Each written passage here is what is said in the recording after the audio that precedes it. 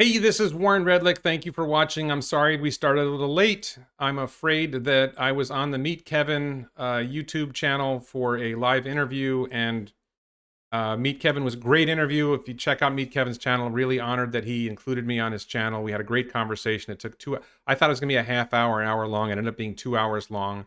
Really great conversation. Before I get into details, I just want to quickly thank the Vasa Law Firm in Sweden and all my Patreon supporters for helping this channel grow.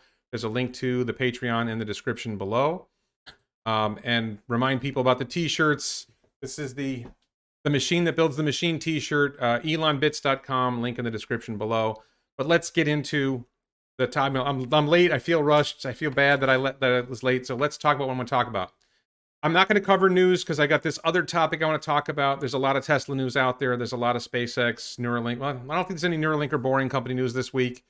I think we're going to see, I'll just really briefly mention, I believe SpaceX Starship is going to have its another test flight this week, Tuesday or Wednesday, I believe. I think they had a couple static fires. I watched one static fire. Maybe there was a second static fire. I think they had to swap out an engine to do the second static fire. No particular news on the top of my head about Tesla that stands out to me, but everything seems to be going well, and maybe I'll think of something along the way.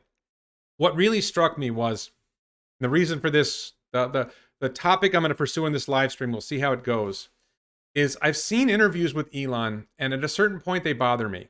And what bothers me is, like, if you saw the Clubhouse interview with Elon, or you listened to, I should say, the Clubhouse interview with Elon, a lot of times, or the Joe Rogan recent interview with Elon, a lot of times people interview him and they ask questions like, we've already heard that. Like the Sandy Monroe interview was really good. When Sandy Monroe, everybody hear me okay and everything?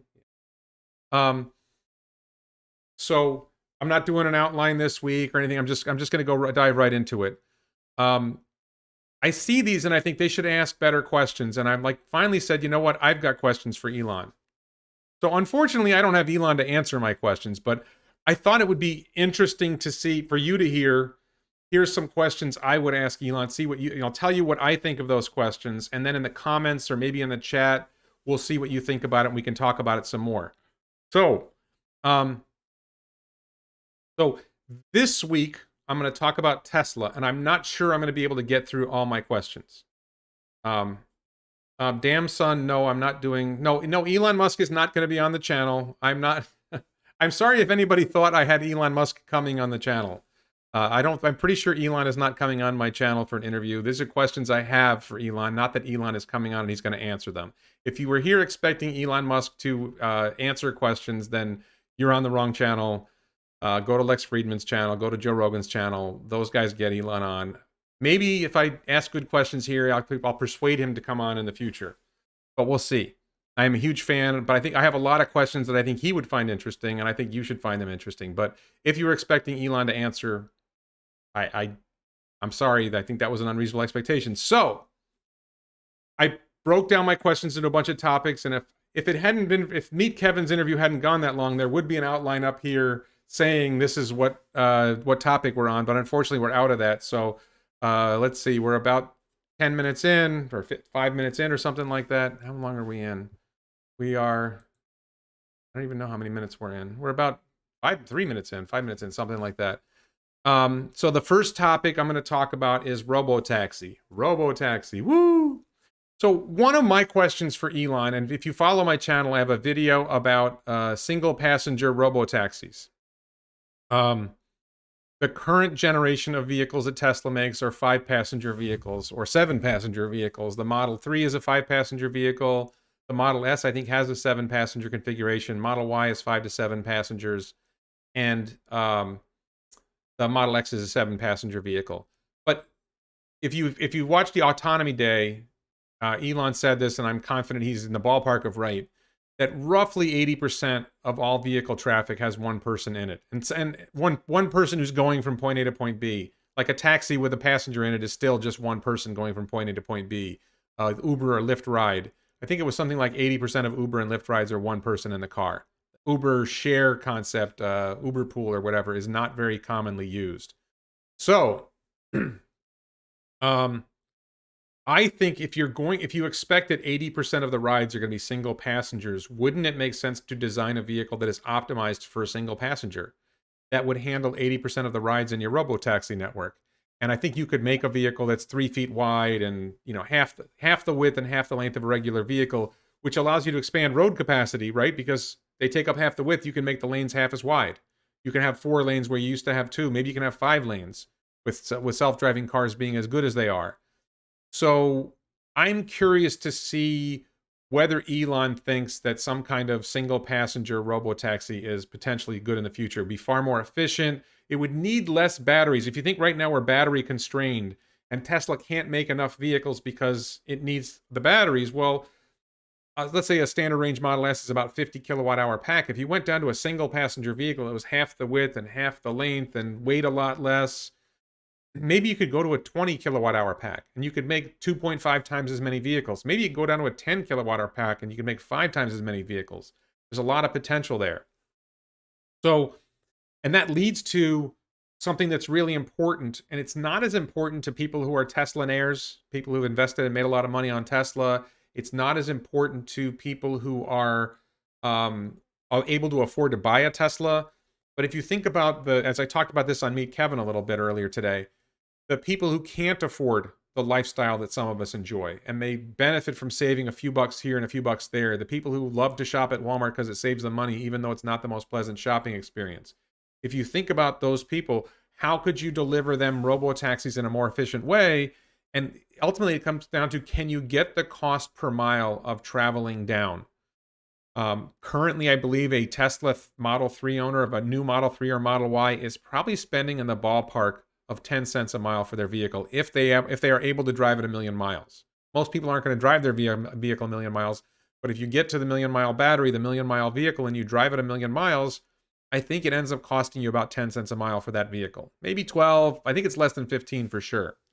So what if you could get a much more, and I think the Tesla Compact that's coming out in 2023 that they hinted at Battery Day, I think that will probably get it down to around 5 cents a mile. That's going to be much more efficient to make. It's going to be much more efficient to in terms of electricity used per mile. A lot of ways that's going to be more efficient. I think they're going to get down to around 5 cents a mile. Cost to the owner. Like if Tesla, in particular, if Tesla is running its own robotaxi, its cost for that vehicle will work out to about 5 cents a mile. But what if you did the single passenger pod car robotaxi? Maybe you could get down to 2 cents a mile. And that's really a big deal. And then the rider is paying 5 cents a mile for the ride, maybe, once you get to a competitive market and there's a saturated market of vehicles. Yes, Arun, robotaxis would not need any windows. That's something I talked about with, I think, Dr. Know-It-All the other day. So, yeah, this is actually on my outline. So, question I would ask to Elon is, how low could the cost of robotaxis get, both to the owner of the vehicle and to the rider? How low could that be driven down? And then another question, which Arun it's funny Arun asked this question. This is something that I was going to ask Elon. I have a question for Elon. Could you make robotaxis more efficient by replacing the windows with metal? In other words, you're making a vehicle out of aluminum, then just make the whole structure with aluminum and you don't bother putting windows in. And then inside the vehicle, you put screens. You put LCD screens, flat panels that are, very cheap, obviously, these days. Maybe you have one in front, maybe you have them on the sides, maybe it's an immersive experience, and so then the rider can say, well, I want to see what's outside. The cameras show you what's outside. Or maybe you say, I want to play a virtual reality game while I'm sitting in this vehicle. Or maybe you want to watch a movie and you have these great screens inside and you don't even notice that you're not looking outside. An example of this, if you've ever been to Universal Studios Orlando, and I have quite a few times, there's 2 sections of Harry Potter, 2 Harry Potter sections in Universal Studios Orlando. And to get between them, you ride the Hogwarts Express. And you get in your seats in the Hogwarts Express, and there's a window in the Hogwarts Express, and that window, when you look out, you're seeing the outside looks like part of the Harry Potter world, and you'll see what's his name, Ugrath, I can't remember the guy's name, the big guy. You'll see him flying on a broom or something. You'll see people flying on a broom. You'll see unicorn running around, whatever. You'll see Hogwarts Castle off in the distance. It's not really a window; it's an LCD screen, but it's compelling. It actually works. You actually believe you're looking out a window.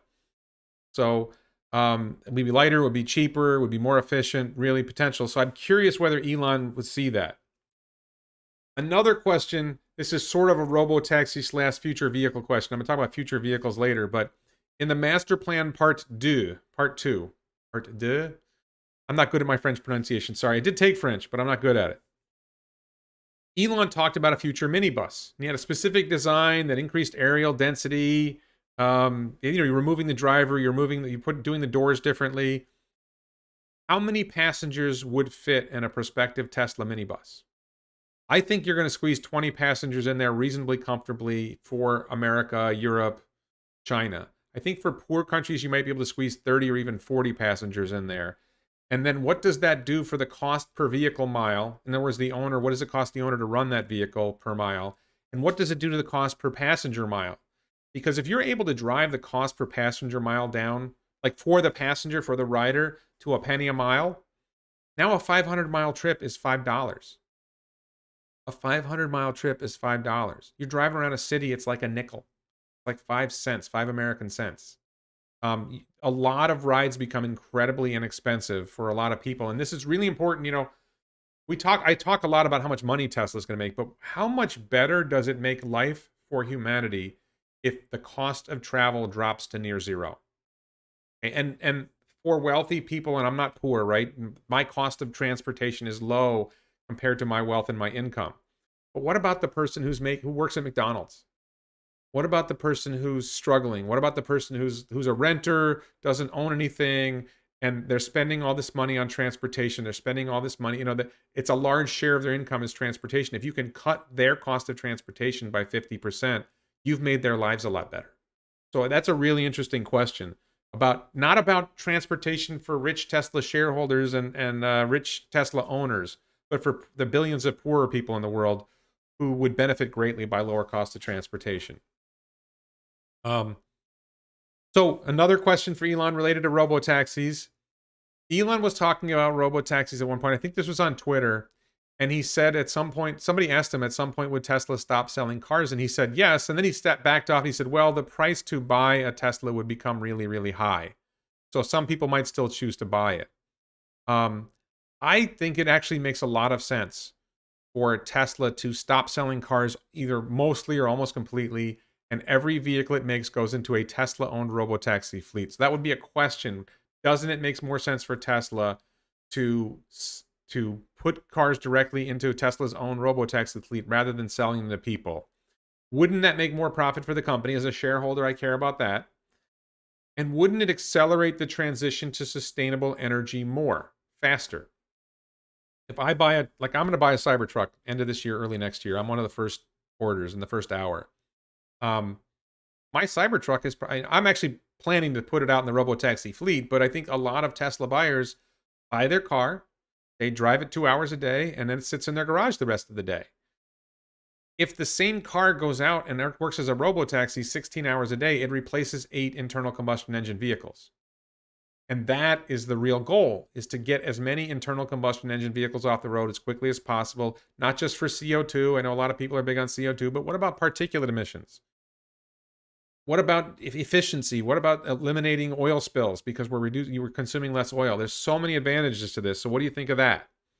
And I would love to hear Elon's take on why you're going to continue selling cars, because I think he sort of moderated that. And I don't know what the rationale is. My take would be, hey, they're going to stop selling cars at some point. If you want to own a Tesla, you better buy it soon, because that window is going to close. And I think it might close. It literally could close in 2022. Probably more like 2023, 2024. Like the 2023 compact that they're going to make, they might never sell that to consumers. It's a theory. I don't know. Big question. I hear a lot of people ask this. How does the infrastructure work for a robotaxi network? I personally think that the supercharger stations that Tesla is building out are the beginning of a robotaxi infrastructure system. The robotaxis are going to have to charge at some point, either at night or maybe in the middle of the day, they have to charge again.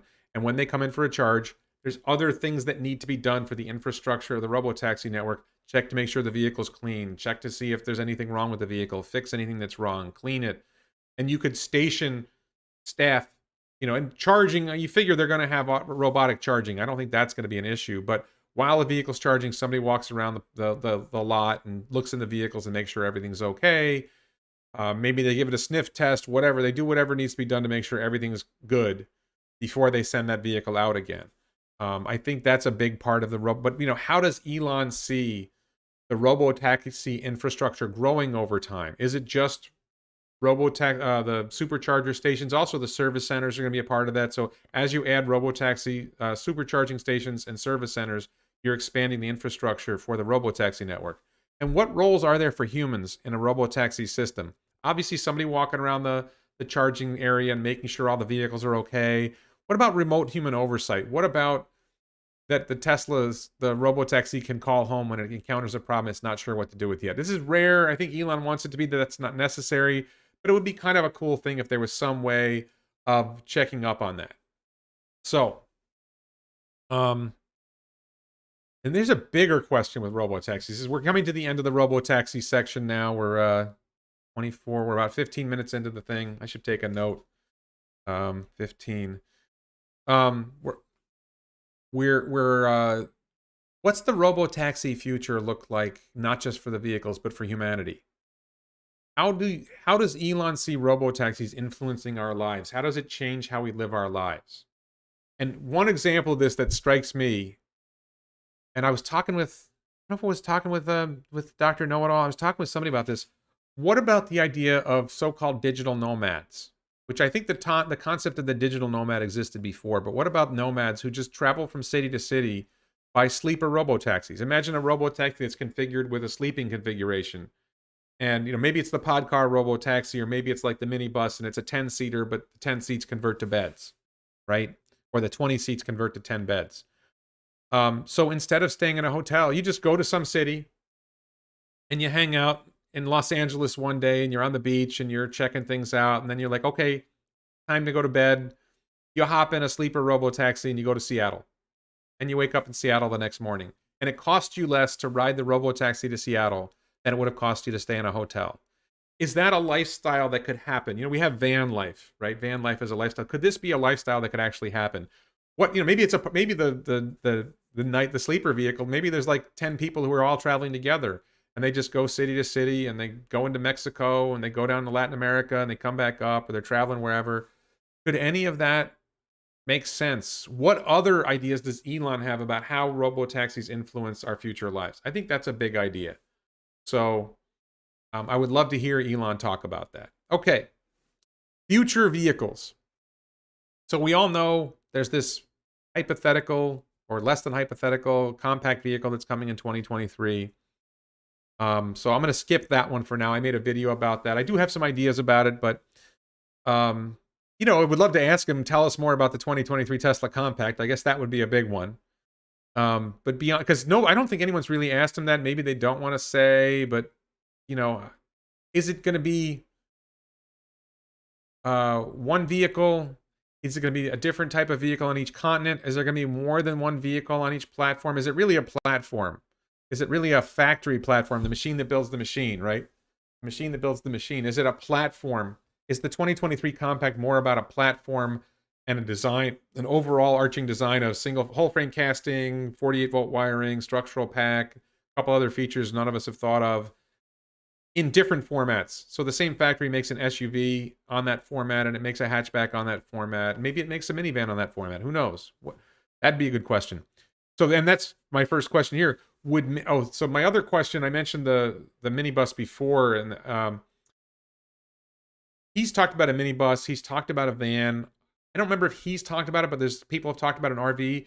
Could they make a minibus, van, and RV on basically the same platform with basically the same shape and the same chassis? I'm picturing Cybertruck width, Cybertruck length, and then you just pop a body on it. And really, it might be the same basic body for minibus, cargo van, work van, and recreational vehicle, or maybe it's a different body. Would that make sense to make a platform like that that serves that many purposes? I think it does. I'd be curious to hear what Elon thinks of that. Another big idea is, does Elon see potential for a downsized version of Tesla Semi? We know Tesla Semi is coming. It's what's known as a Class 8 work truck. Very, very important for reducing diesel emissions, for making transporting goods less expensive and more environmentally friendly. But I don't think the Semi is going to fit in a boring company tunnel. I think there's potential for a smaller version of semi that could come down to like the Ford F, not 350, but maybe the Ford F650, something like that. Somewhere in the, if you think about the Ford F150, range, F150, 250, 350, at some point you get to this vehicle that's bigger than the ordinary pickup truck that people don't generally drive around. And I think it's the Ford 650 that I'm thinking of. Could you bring a semi down to that level and to the point where it would fit in a boring company tunnel? And maybe it's not necessary that it fits in the boring company tunnel, but, and then could you make a minibus based on the semi? Could you make an RV based on the semi? Or a big pickup based on the semi? Is any of that possible? Would that viable? Is there a market for that? Would Tesla be interested in making that? Is there enough demand for it? I think that's all interesting stuff. Have you noticed at SpaceX, when you go to when they show Boca Chica, you see a lot of Ford heavy duty pickups, like the dualies. I think a lot of stuff there is, and I don't think Cybertruck is going to be at the dually level. I think you might need a bigger work truck for some of the things that are done in some places, and maybe a downsized semi could serve that purpose. Another semi-related question. Is the market for semi in China bigger than the US? Is it bigger than anywhere else? Will Tesla make a semi in China? I think that's a big question. For people who don't know, the rough market in the United States and Canada together, North American market for semi, maybe that includes Mexico, maybe not, is about 250,000 vehicles a year that are the semis that are bought in the United States. The market for semis, when I looked it up, I kind of thought, well, China can't be that big. It's a poor country, blah, blah, blah. Can't be that big of a deal. Maybe they won't bother making a semi. One day I thought, I wonder if they'll make semi. This has to do with the 4680 cells, by the way. Tesla is going to be making high nickel 4680 cells. I guess this is a question. Do I have this question on my list? I have a question about batteries on my list. It may be in there, but it relates to this. Will Tesla make semi there? Well, what's the market for semi in China? More than 1 million semis a year, more than 4 times the size of the North American market. For anybody who thinks that America is the greatest country on earth and we have the biggest economy in the world, China has a bigger economy. China is already the greatest country on earth. We have a bigger military. We got more bombs. They have a bigger economy. They are more capitalist than we are too, but I don't want to go there. So, I think that, and is there potential for semi-based pickups, RVs, buses? I covered that. Next question about future vehicles, about Cybertruck. What have they learned so far about making Cybertruck in terms of the manufacturing side of it? Is Cybertruck, when they pitched Cybertruck, there was this idea that this folding origami steel thing was going to be easier to manufacture than the right way we manufacture vehicles now. Is the Cybertruck really going to be easier to manufacture? What have they learned about manufacturing Cybertruck in terms of, is it saving weight on the vehicle? Does it make manufacturing process easier? We know we're saving on the paint shop, so that's good. And if the answer is, yeah, it's great, it has these advantages and it really makes sense, or, no, it's not that great, but let's suppose it is a yes. Could the Cybertruck approach be extended to other vehicles? This stainless steel folding thing, would it make sense for the van? Would it ever make sense for an SUV pickup, SUV or passenger vehicle? Could you do it on a small vehicle level? Could it make sense for a city car? How much could you push that Cybertruck manufacturing approach to make vehicles? I'm curious to hear whether there's answers to that. Okay, so where are we? 22. I'm going to go on to the next topic. I'm trying to keep track so I can put chapters on this video when it's done. A lot of people, when they watch YouTube videos, there's at the bottom, there's chapters where you can see, the different topics. So I wanted to try to break this one down into topics so people who are watching can skip to what they want to see. I don't know if there's any difference. I don't know if it's going to matter to people, but it's nice to do. So I have a lot of battery questions for Elon. We'll see how it goes. We're near the bottom of page 2, so we're making a lot of progress. I got 4 pages of questions. And then we'll do Q&A when I'm done. So what share of the on Battery Day in 2020, I think it was 2020, they talked about doing 10 gigawatt hours of battery production in 2022 and 3 terawatt hours of battery production in 2030. Those are ambitious goals. That's what they were shooting for. And they said that global demand for batteries in 2030 would be 20 terawatt hours. So Tesla would only have about a 15% share of battery production in 2030 if the rest of the world scales up and manages to get 20 terawatt hours of batteries. So one of my questions is, and I think people who watch me a lot know that I think that the iron phosphate batteries are more important than the nickel-based batteries. There's batteries based on iron, and there's batteries based on nickel, and all the current EVs in the United States and Europe, I think all the ones in Europe still are based on nickel type chemistry. Nickel, cobalt, aluminum is Tesla's main chemistry. The 4680 cell that they've started to manufacture is nickel and maybe not much else. So it may be close to 100% nickel on the cathode side. But nickel costs more. Nickel is better in terms of energy density. It adds value in a very specific way. But iron phosphate costs less and typically has better cycle life and has a couple other positive characteristics. It's easier. You can charge it to full capacity and without damaging the long-term life of the battery. So I'm curious what Elon thinks the long-term 2030 distribution of batteries will be. How much of it will be nickel-based and how much of it will be iron-based? If you follow the Battery Day slide, I think that all of Tesla energy products and all energy products will be using iron phosphate. The advantages of nickel are lighter weight and less volume. Higher energy density, both gravimetric and volumetric. Gravimetric mass, volumetric volume, space that they take up. When you have a vehicle, you don't want your battery to take up too much space and you don't want it to weigh too much. So nickel is an advantage in a vehicle. But they've already gotten good enough at iron phosphate and making vehicles efficient that they're already making vehicles with iron phosphate cells. The China-made Model 3s and I think some Model Ys, I think that a lot of them are using iron phosphate cells, and they're going to get to the point where they can deliver 300 miles of range with an iron phosphate cell. So I think all of energy, which is going to be half of the company, is going to be iron phosphate, and then a lot of the vehicles are going to be iron phosphate, and you might see that 75% of the batteries of that 20 terawatt hours in 2030 will be iron phosphate cells. And maybe 75% of Tesla's batteries will be iron phosphate cells. It's going to be interesting to see that. And then related to that, and if you remember on Battery Day, Elon talked about how iron is easy to get and costs a lot less than nickel. So Battery Day was really primarily about nickel-based batteries, although they did say that some of the improvements they were talking about were good for iron as well. But what other improvements does Elon see for the future of iron phosphate cell production? I think they're going to be making them in the 4680 cell format. I don't think that's a huge improvement. I think tabless is a significant improvement. Can they apply the cathode process, the dry battery cathode process that they're using for nickel? Can they apply that to iron? The silicon is supposed to be an advantage for iron phosphate, but I'd just be curious to hear more about what can be done to make iron phosphate cells less expensive and more energy dense. Because, this is the next question. Elon has predicted that they will get nickel-based cells down to around $60 a kilowatt hour, maybe $55 a kilowatt hour. What does Elon think they'll get iron phosphate cells down to? I have in my own mind a ballpark that they will get iron phosphate down to $40 a kilowatt hour. This is at the cell level, not at the pack level. That nickel is going to get down to $60 a kilowatt hour, and I think iron phosphate will get down to $40 a kilowatt hour. But if you look at their slide, iron was significantly less than half the cost of nickel.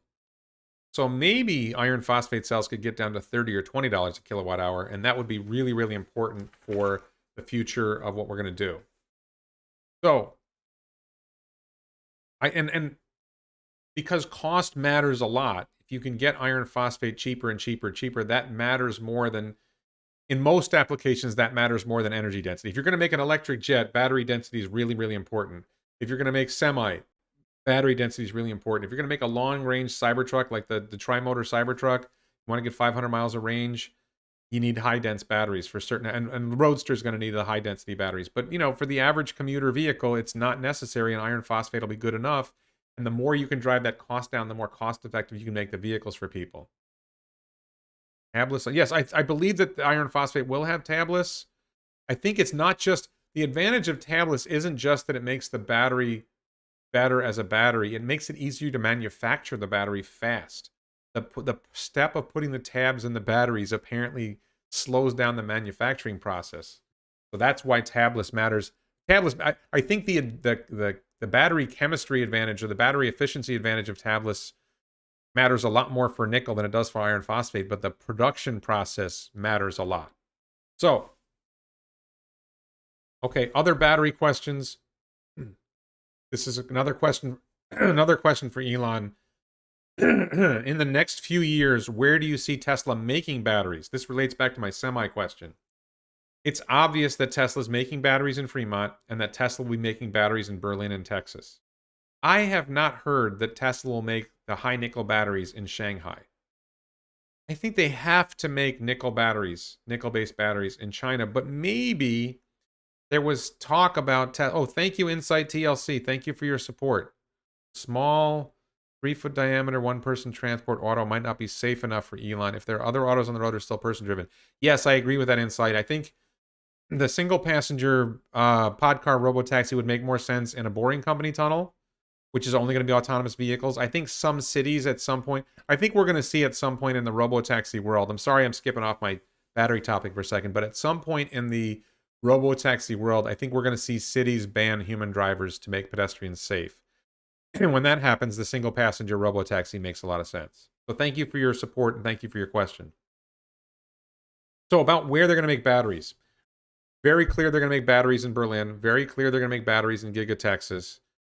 They're already making batteries in Fremont. What about Shanghai? Will they make batteries in Shanghai? But we know there's something going on in Indonesia. Indonesia has a lot of nickel. And there's been talk that Tesla is going to do something more than just buying mined nickel from Indonesia, that they might produce some kind of factory in Indonesia. Now, you could make a vehicle factory in Indonesia. I have a video, somewhere in my channel, I have a video about the next Gigafactory, and I do include Indonesia as a possibility. And it's a surprisingly good possibility. People don't know a lot of, especially if you're American, we don't know about Canada. We don't know about other countries, not even Canada and Mexico.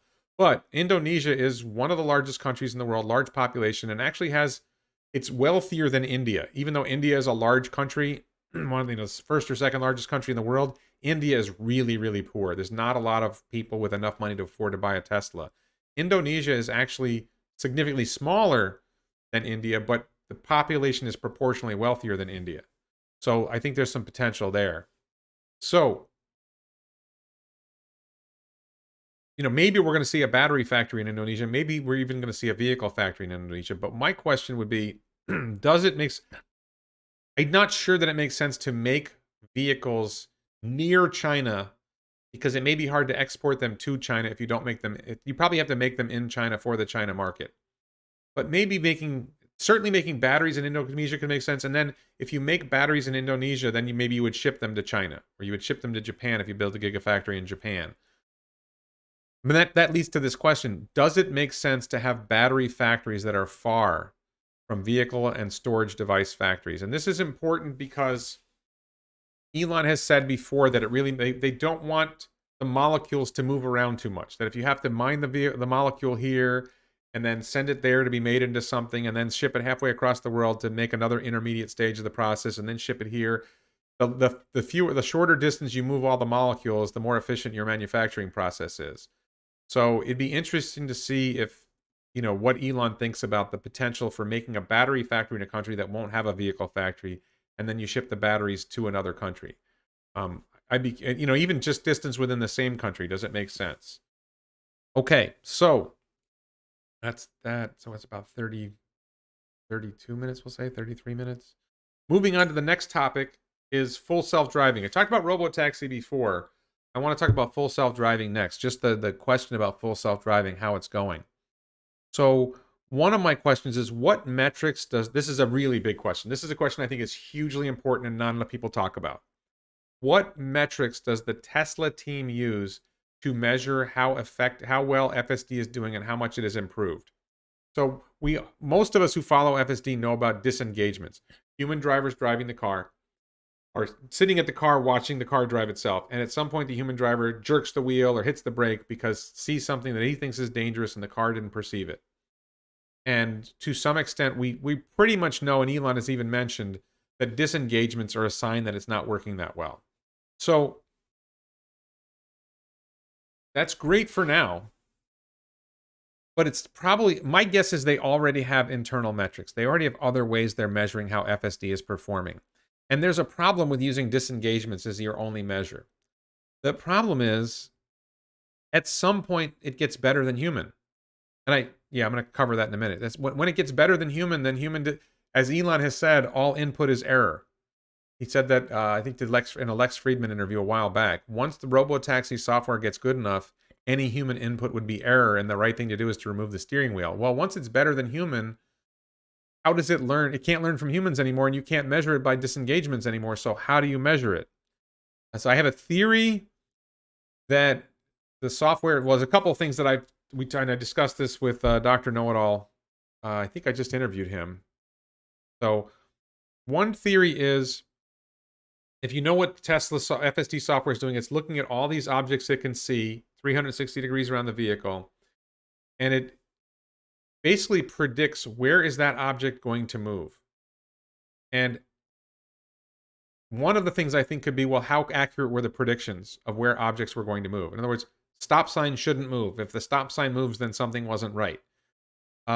There's a person walking on the sidewalk. I'm projecting they're going to continue walking on the sidewalk. If that person suddenly walks out in the road, that diverges from the prediction. How do we learn from that? And as it becomes more, as those predictions become more consistently accurate, then the FSD is getting better. The other thing is path prediction, which is, or not path prediction. So one of the things that the software is doing, and this is from Jim Keller, who Lex Friedman interviewed. Jim Keller worked on the early, I think he worked early on the current FSD chip. But basically, there's a bunch of objects, and the software is assigning ballistic probabilities of where they're going to go. And the goal, to some extent, is to minimize the risk of crash. So you could estimate, based on all the objects and all the ballistic probabilities, what's the probability of crashing at this moment, and what's the probability of a crash on this journey, and if you can, or what's the probability of crash per mile. And I could see where the software could be used to determine, have we reduced the probability of crash per mile. That's an idea. I think there are other things. Oh, Damien asks, Warren, can you expand on what all input is error means or applies to? I'm not sure myself. Sure, the car is driving, and there's a steering wheel, and there's brake pedal, and an accelerator pedal. If the car is driving, and the human hits the gas pedal, hits the brake pedal, or turns the wheel, that is human input. That is the human saying, no, car, you did something wrong, and we should do things differently. When the software gets good enough that it drives better than human, then when a human that thinks they need to intervene, the odds are more likely than not that the input is error and the human didn't see something that the car saw. So, for example, you're driving down the road in your lane, and the car suddenly jerks to the left with nothing in front of you. You see no reason for it to have done that. What you don't see in the car saw, because this is 360-degree camera coverage, is a vehicle on the right was swerving into your lane. The car saw something you didn't see. The car reacted quicker than you could possibly react. And you can get to the point where human input is almost always or always error. And once human input is either almost always or always error, that's a problem. And human input is no longer wanted. And you need to remove the steering wheel and the pedals to allow the vehicle to drive itself safer than us silly humans could drive. That's why human input, all input is error. A well-designed software program is so good that any human input is error. That's a good question. I probably would ask that question at some point. Will there be a time when self-driving vehicles communicate with each other? I think that's coming. I don't know if that's an interesting question. I think that's an obvious question, and the answer is yes. When is a good question. When would that happen? What value would it add? That's interesting. I think the question, will they, is probably an obvious yes, but what value would it add? How would it be done? Those are pretty good questions. I could add that to my list. So, one of the other things that Elon... Okay, so that's another question. How will FSD be measured? I think I kind of talked about that. When Elon talks about FSD, one of his goals, and he just said this in the Q4 call, I think, is that FSD should be, by the end of this year, 200 to 300% better than human, which I think means it's half as likely to crash or a third as likely to crash. But when he says that, and whenever I hear people saying it's not as good as a human driver or whatever, well, which human driver?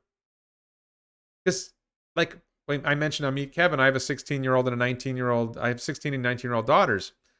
I don't think they're very good. Actually, I think my 16-year-old's actually a pretty good driver. My 19-year-old, I'm not so sure how good of a driver she is. No offense. And both my kids are afraid to drive. Both my kids are afraid to drive on an interstate highway. FSD's already a better driver than them on the highway because it loves driving on the highway. It's better on the highway than it is in city streets, right?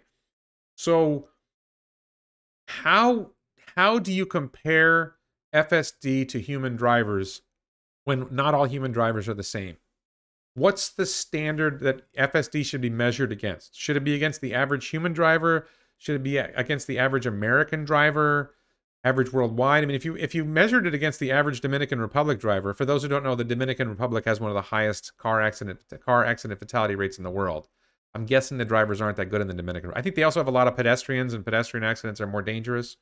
But and so I ballpark number 20% of drivers in America cause 80% of the accidents. Ballpark. I'm not saying that's a hard, fast number, but it's roughly true. The worst drivers cause the most accidents. So the question I have is, if you ranked FSD against human drivers, people talk about level 1, level 2, level 3, level 4, level 5. I don't think that's helpful. I think what might be helpful is let's rank human drivers on a percentile basis. If anybody's taken an SAT or an ACT, and a college admissions test in the United States, the SAT and the ACT, you'll get a score that says what percentile you were. And what it means is if you're 97th percentile, it means you scored better than 97% of the people taking the test. If you're 50th percentile, you're in the middle. If you're 99th percentile, you're at the top. If you're first percentile, you probably shouldn't go to college. And if you're a first percentile driver, you probably shouldn't drive a car. But we let first percentile drivers drive in America. So the question is, where would FSD rank today if you ranked it by percentile among human drivers? And then what percentile does FSD need to get? First of all, is this a useful concept? Does Elon think it's a useful concept to rank FSD on a percentile level against human drivers? That would be a good question. And then if we can rank it that way, what percentile does FSD need to get to before it should be allowed to drive? And keep in mind, we let human drivers in the lower percentiles drive, right? We let 16-year-old boys drive. Anybody ever watched a 16-year-old boy drive? I was a 16-year-old boy. I was a terrible driver. Of course, I was great. But I'm a much better driver now than I was when I was a 16-year-old boy. And in Florida, we let 15-year-old boys drive. Florida. So, does Elon think where would it need to rank in that percentile level to allow it to drive? And I think Elon is probably leaning towards 70, 80th percentile. Because when he says, better, I assume when he says better than human, he's probably talking about the average human driver. I'm not sure. Does he think FSD will get better than 99th percentile? And I'm pretty sure the answer to that is yes. Obviously, it will get better than 99th percentile human driver. When does he think it will get to 99th percentile? When does he think it will get to 99.9th percentile? If you think about it in that way, I'm not sure he's thought about it in that way, but I would love to hear his thoughts on that. And if he doesn't think about it or like thinking about it in terms of percentiles or compared to the human average, or how does Elon think about measuring it or ranking it when he compares it to humans? And, and how would you describe that and how would you use that? Okay. So now another FSD topic. We're changing off a little bit. Let me make a note here. This is 250, 44. Talked with Dr. Know-It-All about this. This is a whimsical topic, but could FSD drive racetracks? Could you have FSD races? So for those who follow Plaid Model S, we know that Plaid Model S has been tested on the Nürburgring, which is sort of this special track in Germany that is sort of a testing ground for saying how awesome your vehicle is how fast did it lap the Nürburgring. So I believe the Model S the Plaid Model S may be getting close to 7-minute lap on the Nürburgring. Could they put a Plaid Model S with FSD on the Nürburgring and drive without a human? When could that happen? And how fast does he think that could happen? And how about a roadster? Could we see FSD driving a roadster? And then could you imagine like Formula One racing, but with FSD? A Formula FSD racing series. And what would that be like? And would that be advantageous? And, you think about it, if the software is going to learn to drive those tracks better than humans possibly can. If you follow, I think it's called AlphaGo, and how a computer beat all the best Go players in the world. Sometimes the software did things in the game of Go that humans was totally out of the blue and crazy, and they were like, what is it doing? They didn't understand what it was doing. Would FSD cars pushed to the limits like that start doing things we don't expect? Would they find better ways to drive a car than humans have figured out? I think the answer is probably yes. It probably wouldn't be that extreme, but it might be, there might be some surprising things happen. So, all right. Moving on. That was a short one. I think we're at, that was pretty short. I'm not sure I'm going to, okay. So, Elon has mentioned battery electric. I want to talk about other types of transportation. We've got cars transportation, cars, buses, semi trucks, whatever, Cybertruck.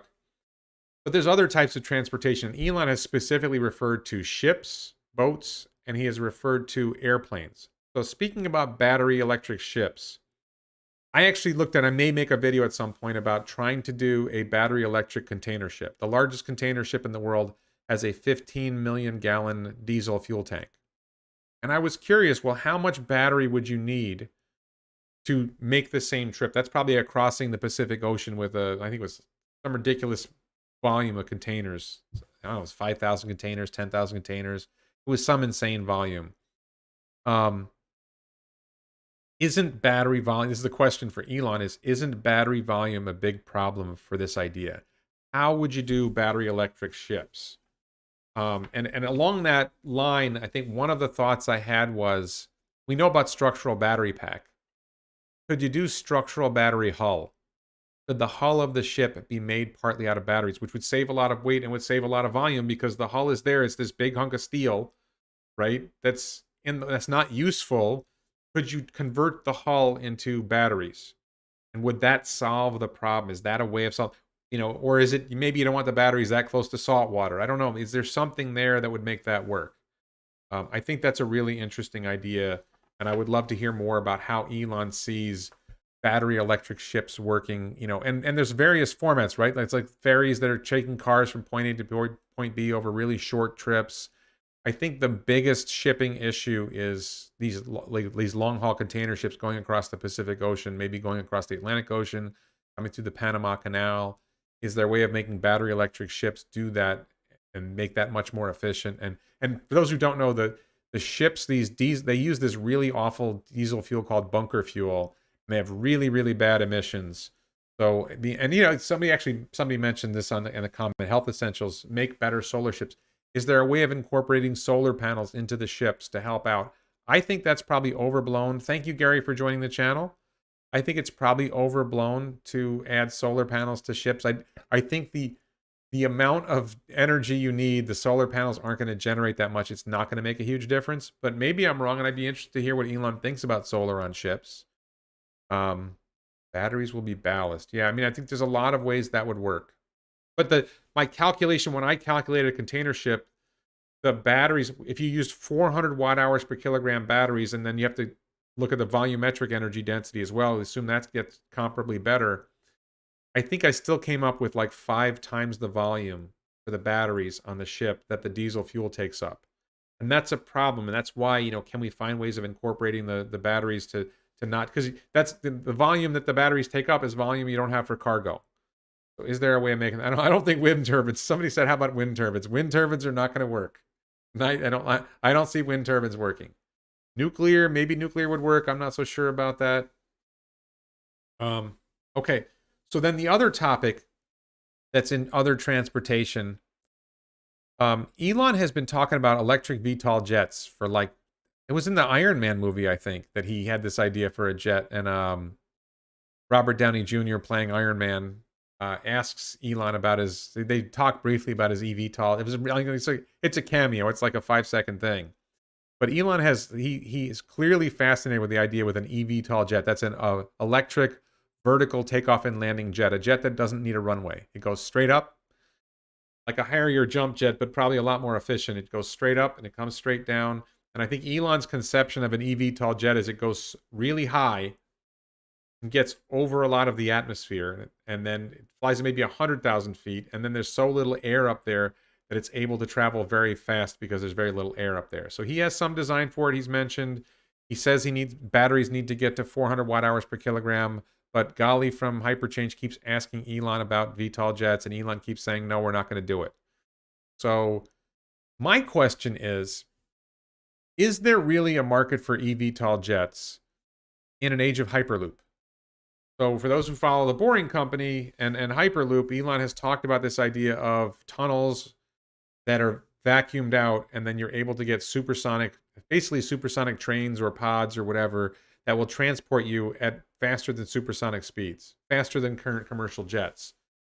So maybe you're talking about 700 miles an hour and you cross the United States in 3 hours.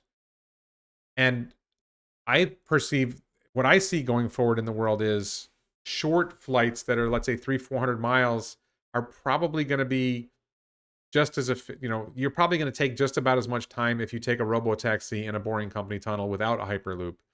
Because the flight problem is you got to get to the airport early. You got to get to the airport. You got to get to the airport early. You got to wait around. There's baggage claim, all this other stuff. So even if the flight is only a half hour, add everything together, it's like 2.5 hours for the trip versus what currently is 4 hours or 5 hours of driving. But with a Boring Loop Robotaxi, you might get it down to 2.5 hours. It'd be the same time and it would cost you less money. It'd be safer. So I kind of wonder if, so then the short haul air travel becomes irrelevant. Then the continental air travel between the US and, let's say, between New York and Los Angeles, Hyperloops probably make eVTOL irrelevant for that. It's going to cost less money. It's going to be safer. It's going to be just as good. And then going intercontinental, going from continent to continent, you're going to have Starship point to point, which Gwynne Shotwell said 2 years ago would happen within 10 years. So you're looking at ballpark 2030, you're going to have starships going point to point, taking people, and that's going to be way faster than an eVTOL jet. Is there anything left for the eVTOL jet to do? It's a billionaire's toy, but is there any value in it? So I'm curious to hear Elon's response to that problem that, yeah, eVTOL jets are cool, but is there any market left for them? So, another topic. Where are we? 3 o'clock. About 50 minutes. Moving on to the next topic that I have questions for Elon about. These are all Tesla related questions, mostly Tesla related questions. Next week I'll probably do SpaceX. Housing. Tesla is already doing roofing with Solar Roof. Tesla is already providing backup energy for homes with Powerwall. Elon has talked about Tesla doing HVAC for homes. His heating, ventilation, and air conditioning for homes with the heat pump that's in the Model 3 and the Model Y. Maybe Tesla could go into housing. Why not go all in and start a Tesla housing business where Tesla builds homes? Tesla builds factories, right? They're at least involved in the building of factories. They understand how to build things. Gary, thank you for your support. Please list the most likely questions from here into a Redlick poll and send it to those who can forward it to Elon. I don't really have that contact with, I don't have the intermediate contact with Elon. My hope is that somebody watches this video and tags him and says, hey, Elon, check out this video. This guy's got great questions. You should let Warren interview you. I don't have that kind of connection with, he has replied to a couple of my tweets, so that makes me in a rare circumstance. I'm hoping he watched, I'll be blunt, I'm hoping he watches this video and says, yeah, I'd love to interview with Warren. That sounds like a great idea. I'd love to do it, Elon. Let's make it happen. I'll fly to you. I'll do it by Zoom or Face, whatever, however you want to do it. I'll do it any way you want. I will walk on hot coals to meet you and interview you. I'm a huge fan. So, Tesla's doing all these other things. Tesla could apply first principles engineering. The first principles is Elon's concept that this is how we do things more efficiently, is we got to apply first principles. If Tesla applied its first principles engineering to home building, like I said, you're already doing roofs, you're already doing HVAC, you're already doing these other stuff. You could do the whole thing. But apply that to other things that are needed. Bill Gates talks about green concrete and green steel. Are there, and I actually just, I mentioned the Vasa law firm and my Patreon supporters, the Vasa law firm, they were contacting me. There's 2 projects in Sweden about green steel, which is, low carbon ways of making steel using steel. I believe steel manufacturing primarily uses coal, and the making of steel primarily uses coal. And there are ideas about using renewable energy instead of coal to make steel. So that's an interesting concept. So could you make steel more efficiently? Could you make concrete more efficient? Concrete is a really big component of a lot of building. For those who follow the channel, I've got this plan to make the cyber cabin, this off-grid cabin in the middle of nowhere to avoid the apocalypse. Elon Musk, thank you, Utah Skiing, for your support. Elon Musk, the non-military way for Americans to learn geography. I like it. I like it, Utah skiing. Yes. How to learn about geography without bombing black and brown people. Very good. Um, all right. I don't know if Utah skiing knows he hit on a topic I really care about. Thank you. Um, so you've got green concrete, you've got green steel. What about accelerated building methods? It takes a long time to build a house. One of Elon's goals with Tesla Solar Roof is to push it so that he can put the roof on the house in one day. Because if you're trying to do 1 million roofs a year, if your roofing team takes 5 days to do a roof, if they can take 1 day to do a roof instead of 5 days, that means they can do 20 times as many or 5 times as many roofs in a year. Okay. So, and then the design of the house could involve better integration of solar, better integration of power storage, better integration of the HVAC device. Think about for the guys. This is probably primarily the guys. If you've ever seen the Heineken commercial, where the women walk into the guys showing the couple showing off their new house, and the wife takes the women into this big walk-in closet. It has all this stuff, and they're looking at, oh, this is a beautiful closet, and all of a sudden they hear this cheering, and they walk out. And the men walked into the guy's closet, which is just a big refrigerated room where he has all his Heineken beer. And it's silly because nobody has that much Heineken. Nobody keeps that much beer. But it was, what about instead of having a refrigerator, what about having a refrigerated room? What about having a one-room refrigerator, one-room freezer? Could you integrate all that? The hot water heater, the octavalve, could all that go together to vastly improve the energy efficiency of a home? And maybe incorporate Starlink. Maybe, I have this, people think I'm crazy for this, and they probably are correct. Is there some way of incorporating wind power in the home? Could you put a windmill on the home? Are there other things that Tesla would do with building homes that would make them much more efficient? Maybe that would take up too much of Elon's bandwidth. Maybe there's other reasons why home building is hard. There are people who are trying to do home building better, but I think if Tesla got into it, they would kill it. And if you're concerned about CO2, that would be huge. A lot of other concerns, it would be huge. I think it'd be really, really, really big. Would be really big potential. And again, you would be ultimately providing housing for people at lower cost, and not just making life better for us in some ways, but particularly for poorer people. You reduce their cost of housing, you reduce the cost of transportation, you reduce the cost of their internet access. All of these things make life better for people who aren't Tesla shareholders, who can't afford to buy a Tesla.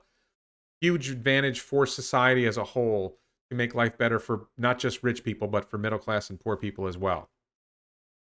Okay. And then could you build neighborhoods with access to boring tunnels? Right? You build the neighborhoods, you build like a bunch of neighborhoods right at the end of a boring tunnel so that you can get into the city easier. K Bingo, hi, thank you.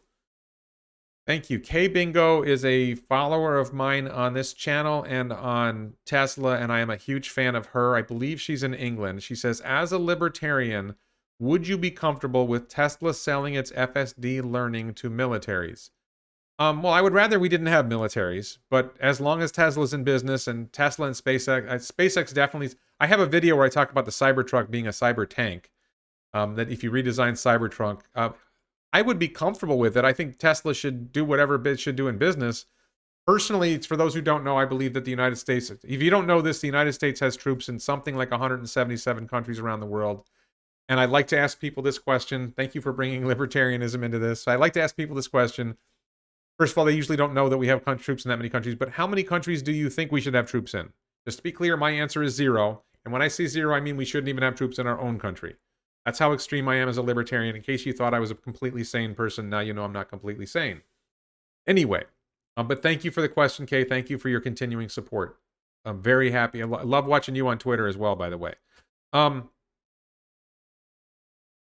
I was getting to this point, when you're building these homes and you're building these neighborhoods, could you build the neighborhoods and do it in a way that the boring tunnels allow people to get into cities or other destinations efficiently? And that would be another attractive benefit of the homes, is either you're able to hop on the Robotaxi and take the boring tunnel into the city. That's a general set of questions I would ask Elon. What could you do with green concrete? What could you do with green steel? How could you accelerate home building methods?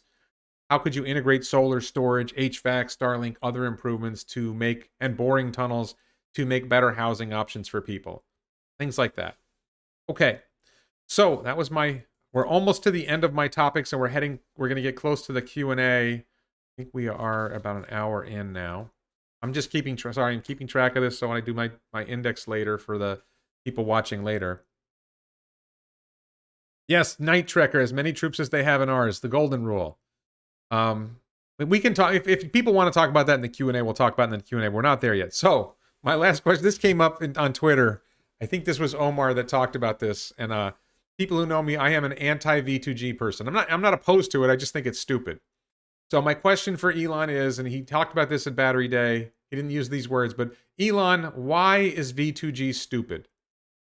Okay, and is vehicle to home, so V2G is vehicle to grid, you plug your vehicle in, and the grid uses your vehicle as backup energy for the grid when the grid runs short.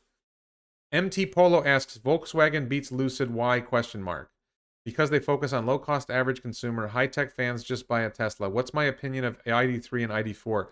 I applaud Volkswagen for trying. I don't think the ID3 and ID4 are very good vehicles. Apparently, they're not selling. There's some scandal. I didn't really follow the story. Apparently, there's some scandal that they didn't really sell the vehicles to consumers. They sold the vehicles to themselves. I just don't think they're that good of a vehicle. I think there's only a couple of EVs that have been made out there that I think are really potentially compelling vehicles in the future. The Mustang Mach-E and the Porsche Taycan. Maybe there's a couple others that I haven't. Maybe the Polestar might have potential. I'm not really sure about that one. I don't think the ID3 and the ID4 are there. I think the fundamental problem with most EV companies other than Tesla is they're trying to make a vehicle as good as the 2018 Model 3. And by the time they make a vehicle that's as good as the 2018 Model 3, Tesla will be making a vehicle that's 5 years newer or 10 years newer and 10 years better. What they should be doing is they should be saying, okay, look, Tesla said they're going to make a vehicle with whole frame casting and structural battery pack and 48-volt wiring, and they're going to achieve this level of efficiency in 4680 cells with high nickel cells. Let's try to do that by 2025, so we're only a couple years behind them. That's what an EV company should be doing. Instead of trying to make the last Model 3 or the last Model S or the last Model Y, they should be trying to make the next vehicle that Tesla, or they're trying to make a completely different vehicle like a city car or a van that Tesla isn't making yet. But use the technology advantages that Tesla has demonstrated and has talked about. You can see that that's going to work, so make it happen. Hire Sandy Monroe to help you do it. So, but getting back to my final question, vehicle to grid, vehicle to grid is the idea that your car has this big battery pack. Why not use it to back up the grid, and you can make extra money on your car by plugging it into the grid? And I think it's stupid, and I have 2 videos. Search my channel for V2G. You'll see why I think it's stupid. I would love to ask Elon, why does he think it's stupid? And now, a second question that's related that I think is a lot less stupid and potentially not stupid is vehicle to home. People get power walls, and it provides a backup against a power outage. If you had your vehicle plugged in and could use that to back up the power wall, then you would be able to last a lot longer in a power outage. And it would be while vehicle to grid doesn't really provide that much value, in my opinion, vehicle to home could provide a lot of value in those rare circumstances. When, you lose power, like what just happened in Texas, for example, the widespread power outages in Texas. So I would ask Elon, is vehicle to home less stupid? And does he think vehicle to home could happen? And then the final question about vehicle to grid, and the last question I'm going to have here in this talk. I'm going to do another video next week, maybe about SpaceX. Okay, we've agreed that vehicle to grid is stupid, and he's explained why. Why do so many people refuse to understand that vehicle to grid is stupid? Because Elon has a good understanding of human nature, I think, and he's J.P. Straubel said the vehicle to grid wasn't going to work. It was like 5 years ago. He was at some conference in Europe. Somebody asked him about it. Said it's not going to work. Elon's been asked about it a couple times. He said, no, we're not doing that. It's not going to work. He hasn't said it's stupid because he's too nice. At least at that moment, he's too nice. But it's pretty clear he thinks it's stupid. We had it in the original model Roadster, whatever, and no one used it. But I would be curious to hear what he thinks, why he thinks it's so compelling, why people are so interested in it, even when it's stupid. That's the last question I had in my index here, in my outline here. So let me mark the Q&A. It's going to be at, I got to go back through and do my index later. Hopefully I'll remember this. I'll put it over here so I remember. So, That's the questions I have for Elon about Tesla. I probably would have had more, and I may do a second version of this in the future where I do more questions for Elon about Tesla. But I'm out. Pretty soon, I think I'm going to do questions for Elon about SpaceX. I may do questions for Elon about Neuralink and Boring Company in the future. But that's what I had for this week, and I think we're an hour in, so it's pretty good. What questions do people have for me? Let's see. Vehicle to grid just sounds like extra battery cycles. V to G or V to H is almost identical. I don't think it's as easy as you think about going to.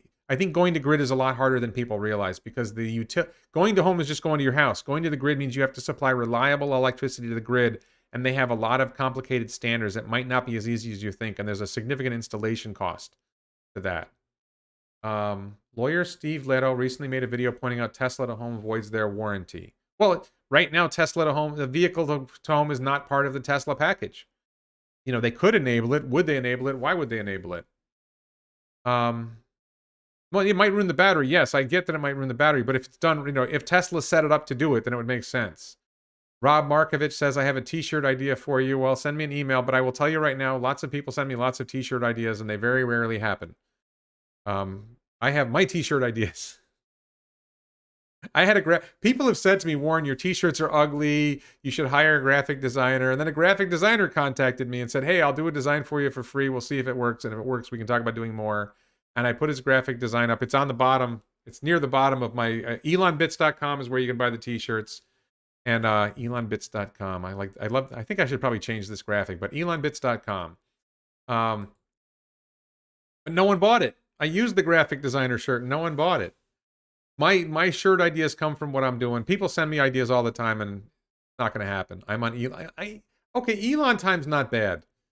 That is potential. Let me write that down. Elon time. Probably not going to happen, but I'm writing it down. I actually like Elon time. For those who don't know, I live in South Florida, and the Florida Keys, which is where Key West is and Key Largo is, people refer to life in the Keys as that you're on Keys time, that people are late. Things and island time when you're on island countries, particularly in the Caribbean, people talk about island time. That time moves. That things don't happen as quickly. So Elon time kind of rhymes with island time. So I actually think there's something there. That might be a shirt. I'm gonna think about that. Is Starlink to vehicle feasible? I think Elon has talked about that it is feasible. It's probably not necessary. It's probably not a particularly good application of Starlink. That most of the time your vehicle is within access of 4G cell phone networks, and the bandwidth demands of a vehicle are far less than the bandwidth demands of a home or a business. So it's definitely I'm pretty sure it's feasible. Question of whether it makes sense. You know, if you have an RV and you're going to be off grid a lot, if you have a Cybertruck and you're going to be going off grid a lot, it might make more sense. But while you're driving, it's not really important. Maybe it's when you're off, you're camping somewhere, and you bring the Starlink with you. That's another question. Will they make Starlink portable? That would be a good question. Did I see the Hyundai Ioniq 5, and could I compare it to Tesla? Ben Pena, thank you for being a channel member for the question. I saw the Hyundai. I'm getting ads on my Twitter for the Hyundai Ioniq, and I haven't looked at it hard yet. I think the only thing I noticed about the Hyundai Ioniq, and you guys can tell me what you think about this, I feel like the Hyundai Ioniq and the Mustang Mach-E and one other EV that I can't think of. One of these other EVs that is coming out. I think they all look the same. They look very similar. Cyrus Adam Ravilla asks, do I think Cybertruck will be worth $150,000? I think FSD will be worth $150,000, whichever vehicle you put it in. Cybertruck on its own is a better pickup. I suppose the Tri-Motor could arguably be worth $150,000 without FSD, but I think any vehicle with FSD is going to be worth more than $150,000. Just because of the FSD, because of the Robotaxi potential. Let's see. Is Elon planning to build boring tunnels exclusive? Well, that's a good question. I want to see that. Is Tesla planning to build boring tunnels exclusive for Tesla vehicles in areas with high congestion? So my understanding is the boring tunnels will be, first of all, the initial boring tunnels appear to be self-contained, where the vehicles are part of the system rather than coming from outside, from the roads. I do think the plan is in the long run that autonomous vehicles that meet whatever Tesla Boring Company standards are will be able to use the tunnels. And initially, only Tesla vehicles will be capable of using the tunnels. But in the future, if somebody delivers competent self-driving software, then those vehicles would be, and they have to be electric vehicles. They can't be gas powered because you don't want to pollute the air in the tunnels. People in the Philippines are waiting for Starlink. Yeah, Starlink is going to revolutionize internet access for a large chunk of the world. Probably 20 to 50% of the world's population is going to benefit dramatically by Starlink. What do you see as the cost of producing energy in the future to power the electric fleets? That's a good question. I think Chris, you mean a question for Elon. That's a great question for Elon. What does he see as the cost of? I think it's going to be solar, primarily, and maybe wind. Matt Burns says, "Is Fisker EV a fraud?" I think that's a question for me rather than for Elon. I don't think Elon would answer that question. I'm undecided about Fisker. I think their premise of the Fisker Ocean being like a $35,000 vehicle, I think it's a stretch to say that they could do that. Um, yeah, I think it's early days on Fisker to see whether they can actually do something. So far, it just sounds like an idea, and it's not. I don't see anything really being made yet. Uh, for an Elon time, sure. Look up relativity effects that squeezes objects and make clocks run slow. That's overly nerdy, Jim. I like it though. Rob Guy says, please ask Elon, how does the recur? Oh, I like this question. I probably should have more Tesla energy questions. How does the recurring revenue model work with Megapack energy storage projects? Recurring revenue, energy storage. That is a question I would ask Elon if I had thought of it. People talk about AutoBidder a lot, and I think, how does Tesla earn profits from Tesla Energy? And I just want to be clear, Rob. I believe that Megapack and Powerwall are going to be very high margin products just on the product alone. I just said this on Meet Kevin earlier. The cost of the batteries in a Powerwall is probably going to be now it's around $600. The cost of the battery cells is probably going to drop to around $400. I'm in the ballpark. 500, $400, 500, $600. At some point, the cost of the battery cells, as they improve battery manufacturing on the iron phosphate side, you're going to get down to around $400 or $500 for the cells in a Powerwall.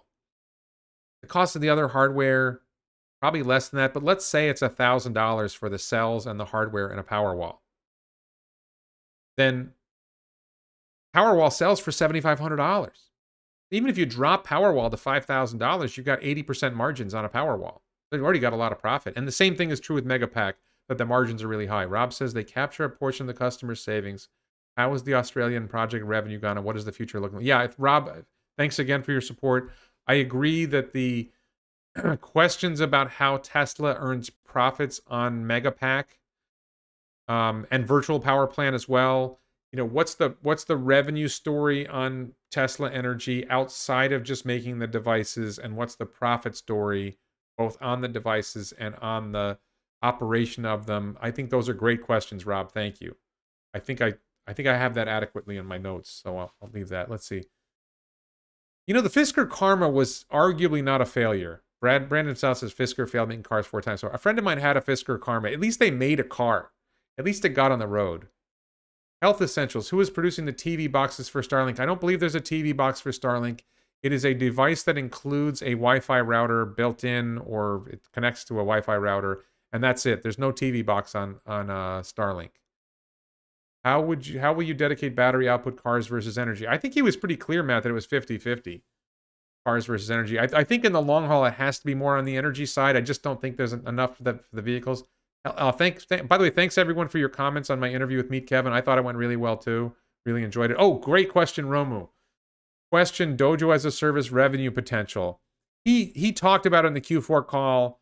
It's probably too early to say what the revenue potential is, and I think no one knows. How many compact Tesla vehicles are currently being designed? I think that included that. Our Spanner 5 says, how many compact vehicles are being designed? Are Tesla Shanghai and Tesla Berlin doing separate vehicles? I mentioned that earlier in this live stream, that I believe that they will be doing. That is a question I would ask Elon about what the future of the compact is going to be, and will it be multiple vehicles on the same platform? And I'm pretty sure the answer is yes. Let's see. Electrify the human inside the car into barbecue meat. Are EVs safe to drive for long hours? Patricia, I think you probably need to talk to some people who've been. There are Model S's that have gone like 600,000 miles, 1,000,000 kilometers by now. I think there's at least one Model S who's done that. There are like 1,000,000 Teslas on the road. They've driven billions of miles, and no one has been incinerated in them. No humans have been barbecued by the electricity in the car. Ask George Holtz from Comma.ai. I think George Holtz is still big. I would love to interview George Holtz. I am a George Holtz. George Holtz has a company called Comma.ai. He briefly entertained doing something with Elon and Tesla. He's a really interesting guy. I probably would talk to him more about the simulation than I would about self-driving. But can FSD be used to guide a school bus route to pick up kids for school? Great question, John. I don't know if that's a question for Elon or a question for me. I believe that the Tesla minibus idea would be great for taking kids to school. I could say, like, for wealthy people, it'd be like, I'm not dropping, like, I drive my kid to school every morning. And my wife picks my kid up at school at the end of the day. It'd be a lot easier to just send my kid in a Robotaxi, right? If you had a kid, and you could coordinate with the neighbors and have 3 or 4 kids hop in a Robotaxi. And for most people, for middle class, upper middle class, and wealthy people, just sending one of the cars out in a Robotaxi to drop the kids off is probably easier than waiting for a bus. But I could totally see a Tesla minibus serving as a school bus. Absolutely makes a lot of sense. David, what was this? I think there's some conversation about China up here that I'm not following. I don't see David Wong's comment. Somebody's responding to David Wong, and I haven't seen David Wong's comment. What other applications can be solved with the FSD neural network? That is a great question, John M. What other applications can be solved with the full self-driving neural network? So I think I've seen other people talking about this, that FSD's neural network is also a generalized solution for vision and for understanding the physical world. It could be a generalized solution for understanding the physical world. There's a lot about that. Heinz says, anything you want to say about Bitcoin? Bitcoin is not something I would ask Elon about, and it's not something I usually talk about. Why are you confident that Tesla won't pass the cost savings with the power products onto the customer? I think they will, Mark. So let me address this. So I talk about Tesla's plunging cost of making things and then making huge margins on the price of the object. So what you have here is not a failure to communicate. What you have is you have supply and you have demand.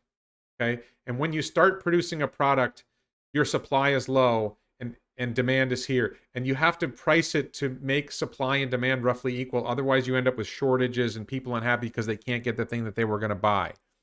So I think initially the price of the things that Tesla sells will be high, and over time the price of the things that Tesla sells will come down as they're able to scale manufacturing and production. The prices will come down, the margins will shrink as the volumes grow. But when the volumes are low, I think there will be really huge margins. And I think the margins will still be high in the long run because demand is just... I think people don't have any grasp on the demand for things like Powerwall, Megapack, Robotaxi. The demand is through the roof, and it'll take a long time to catch up to the demand. But it's a great question, Mark Creator. Thank you for that question. Will Cybertruck be gooseneck capable? I don't know what gooseneck means. Oh, let's see. Joel Sapp. Drew said in Battery Day. Thank you for your support, Joel. Drew said in Battery Day they will use cars to participate in grid services, including V2G, not just for V2H. Joel, I'm afraid you watched a different Battery Day than I did. They were asked about V2G, and they said no.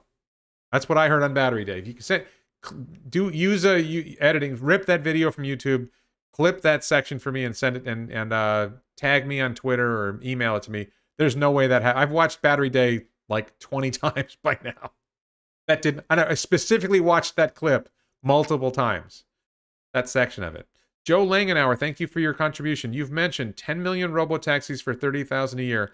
How many robo-semis or robo-freight semis, and what would their income be per year? Joe, that's a great question. That's a question I should probably ask Elon. I have not modeled Semi as a robo-network. So far, my impression is that Semi will be sold to customers rather than people have asked me that before. What if Tesla operated a robo-semi network? It probably makes sense. I'm not sure they're going to do it. And it probably would make more money. The thing is, the big advantage of Robotaxi is versus, a custom Robotaxi fleet versus selling cars to people is the people don't put that many miles on their cars. They don't drive them that much, so you're not accelerating the transition. Semis drive a lot of miles. The semis are not sitting in someone's garage for 22 hours a day. If somebody buys a diesel semi today, it's driving at least 8 hours a day and probably 12 or 16 hours a day sometimes. So semis get used a lot. So the gain from the Tesla robo semi network would not be as great as just selling semis to customers. Gooseneck capable means being able to pull a big trailer that uses a gooseneck, comes down toward the truck bed, rather than a regular trailer hitch. Kevin, it's a great question. I'm afraid that one's over my head. I believe that Cybertruck will probably be able to do whatever. I mean, certainly in the video they had a large trailer on it. I guess I'm not sure what, I don't know enough about that to answer. I think that the idea I talked about earlier about creating a semi-based pickup truck might be the answer to that question. Could you make a semi-based pickup truck? Adam Ravilla asks, thank you for your support, Cyrus. Will they stop selling one-time purchases for FSD? I don't think they're going to stop that. I think that's the main idea. I think the idea of subscriptions is, as a teaser, you give somebody a 3-month subscription to FSD for $99 a month, and then they buy it, and once the 3 months are up, they're like, I got to have this, and then they buy it. And I think the subscriptions will cost more than buying it. I think that makes sense. So, hey, listen, if somebody knows George Holtz, I would interview George Holtz in a heartbeat. I would literally walk on hot coals. I think George Holtz is fascinating. I'm a fan. I would love to interview him. If you can reach out to him, tell him I would love to interview him. Okay, Mark Plot says Tesla will be producing 25K car in China 2022. So Mark, I love you. I'm going to disagree with you. I disagree with a lot of people about this. There's rumors that Tesla will produce a hatchback in China in 2022. I believe that is a hatchback version of the Model 3. If it's true, I don't think Tesla's confirmed this. If it's true, it will be a hatchback version of the Model 3. It's not going to be the vehicle they were talking about at Battery Day. It's just a smaller version of the Model 3. And they might export it to Europe, by the way. I don't think China's going to export cars to America. I don't think there's a need for that. I think America's going to be producing enough cars. We won't need Chinese cars. Platooning for semis are planned much cheaper than rail. Yeah, so Mark Potocnik says this. Platooning for semis, and thank you for watching, Mark. Mark is a regular viewer on this channel. Platooning for semis are planned much cheaper than rail. For people who don't know this, before Tesla Semi, there is this ongoing competition between rail trains and semis, tractor trailers, trucks, for delivering cargo from place to place. And this competition has been going on for a while, and semi trucks have been getting better, and then rail gets better, and their cost per, however you measure the cost of transporting cargo has been pretty competitive. In some contexts, rail is better. Like, I think if you're doing Los Angeles to New York, really, really long haul travel, then rail tends to win out. The shorter trips, trucks tend to win out. Semi is going to dramatically lower the cost of shipping by truck. And that's going to have a massive impact on rail. So I think when semi ramps in 2 or 3 years, I think you're going to see a big hit to train company stocks. So Warren Buffett, watch out. Cybertruck will be a Humvee reply. I could definitely see military applications for Cybertruck. I have a video on my channel. If you search my channel for Cybertank, I have my own theory. You make the steel twice as thick. Maybe you put a layer of Kevlar between it or something. There's a lot there. Oh, MT Polo, your opinion about Lucid going to 1.6 billion shares outstanding. Tesla only has 960 million shares. MT Polo, if you check my channel, I have 4 videos about Lucid.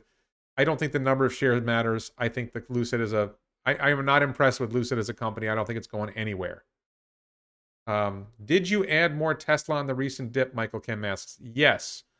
I bought a few shares for myself, and I manage a family account. I bought more shares for the family account. For myself, I think I paid in the 780 or something like that, but that was a smaller number of shares. For the family account, I picked up a lot of shares at like 642, I think the number was. So yes, I did. I don't think NIO is coming to the U.S. I don't think it needs to. NIO has a lot of Chinese market to satisfy before they think about coming to the U.S. I don't see that happening. NIO no bueno. That's funny, Joe. Wait, I just finished watching you live on Meet Kevin. Have you been talking all day? Yes, Scott. I am tired. Just so people know, I did a 2-hour interview with Meet Kevin on the YouTube channel Meet Kevin. He has 1.4 million subscribers, not billion. Sorry, Kevin. He has 1.4 million subscribers. It's a great interview. Check out the Meet Kevin channel. I really enjoyed my conversation with him. MK. Oh, let's see.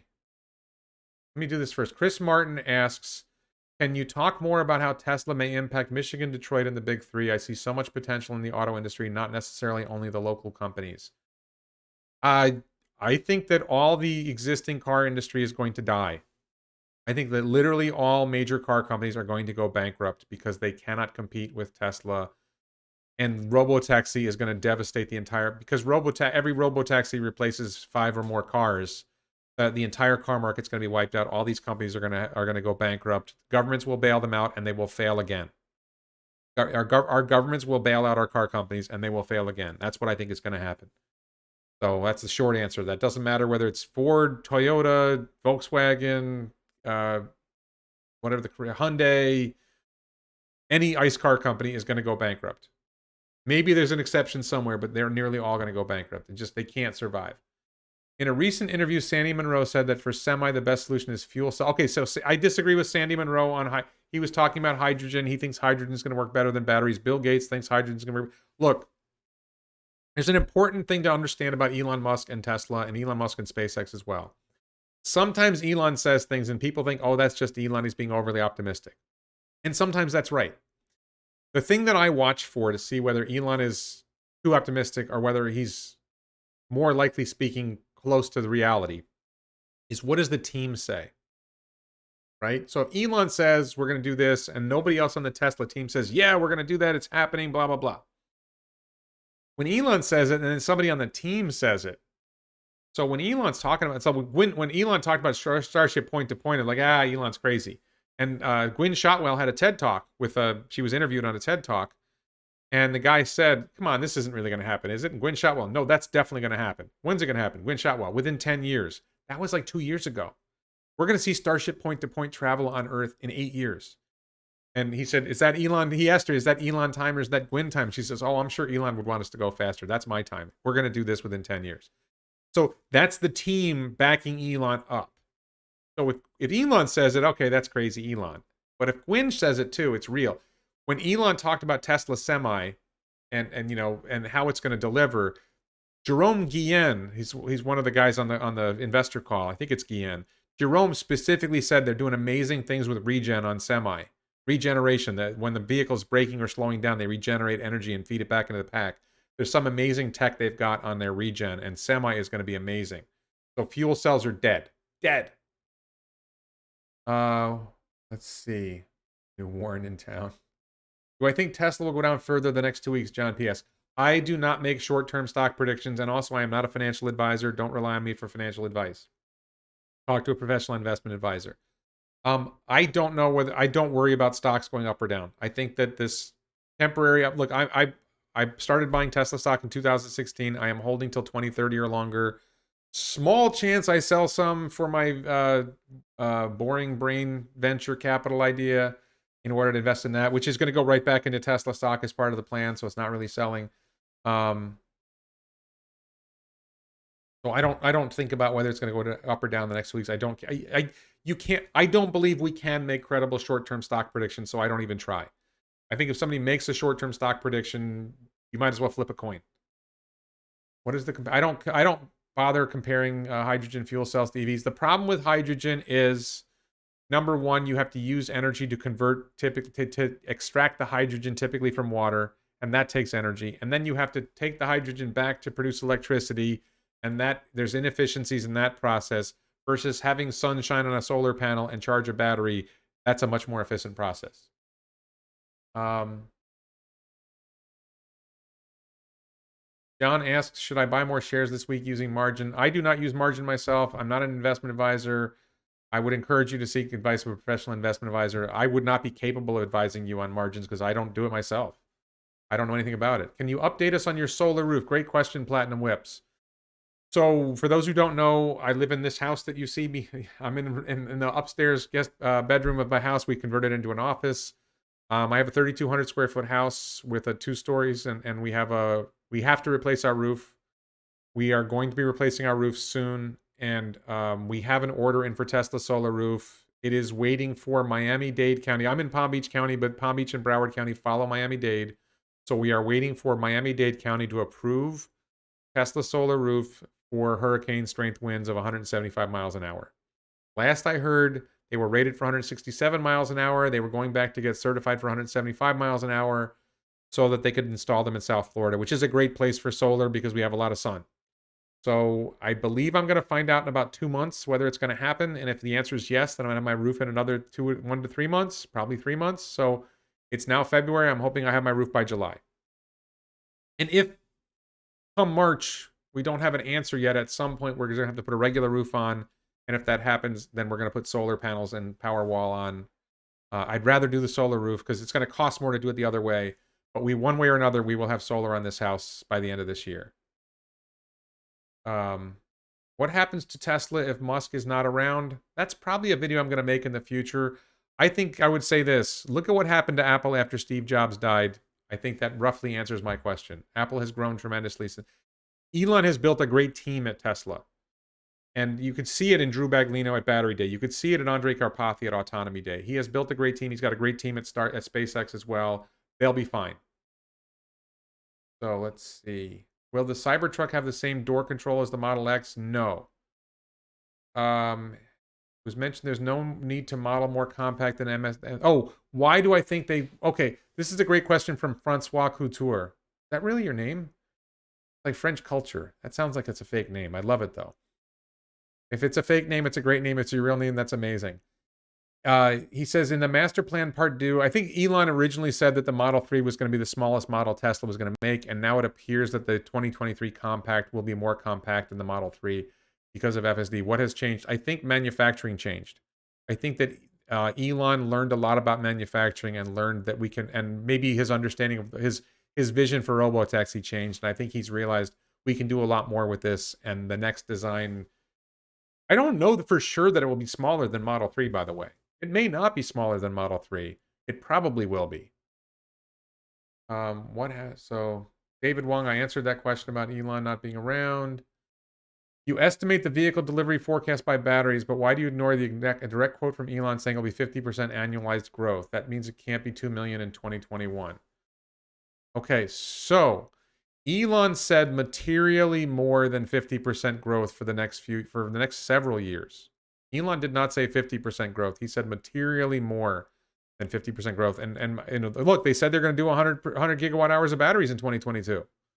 That was very clear. They said and they repeated it. They reiterated the 100 gigawatts. It's pretty clear they're ahead of schedule. They're probably going to do more than 100 gigawatt hours of batteries in 2022 is my guess.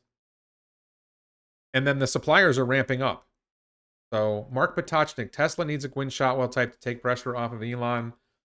SpaceX doesn't have pressure because it's not a publicly traded company, or doesn't have as much pressure because it's not a publicly traded company. I think Andrej Karpathy is doing a lot in public if you're paying attention. I think Drew Baglino is a great person that they should free to speak publicly, or he should speak publicly more. I don't think I think Elon's under pressure for a lot of reasons. That's not it. What does Elon think the future energy solutions will look like for the northern countries, like Nordic countries in Canada with cold winters and not so much sunlight? I think that I think he's talked about this high voltage energy transmission lines from places that produce energy to places that need it. Not a lot of populations up there either, so I don't think that's a big deal. Glenn Tiemann, 3,200 square feet. You got an army living there. We have 2 kids. I needed a room for an office. We have a 5-bedroom house because we needed a room for an office, and we needed a guest bedroom for my mother. We no longer need the size of house we have, but we needed a lot of space, and our house is like one of the standard models in my neighborhood. Hey Warren, big fan of Tesla. Do you think Michael Burry shorting Tesla is stupid? I think it's stupid. Here's the problem with Michael Burry. A lot of people have been asking me about Michael. Michael Burry is a guy who's famous for something called The Big Short. I don't really know that much about him. And the key thing is, Michael Burry said he's shorting Tesla. He did not say why. I have yet to see an explanation from Michael Burry. This is why I'm shorting Tesla. This is what's wrong with Tesla's business model. A lot of people are critical of Tesla, and they're just, well, it's gone up too much. Well, what do you mean it's gone up too much? And what does that even mean? You know, Amazon's up 12x from 2013. Has it gone up too much? What matters is, what are they going to produce? What is it going to sell for? What profits are they going to make? I haven't seen Michael Burry's explanation of why Tesla's there. Timobili Parkovich, if you ever run for governor, I'm moving to that state. Thank you, Timobili, for your confidence. The problem is, if I ever run for governor, I will have to get a divorce, and I don't want to get divorced. So that's not going to happen. Don't buy it. And I wouldn't really run for governor anyway. If I'm running for anything, I'm running for president. I'm announcing it here now. I'm not running for president of the United States in 2024 on the Libertarian Party line. Be clear, I am not a flamethrower, and I'm not running for president. Okay, we got that. Okay. Will Cybertruck, the US, I already asked that question about Cybertruck doors. How do you see capacity growth per year on each of the gigafactories? Oh, great question. Joe Langenauer. Maybe this is a question for Elon as well.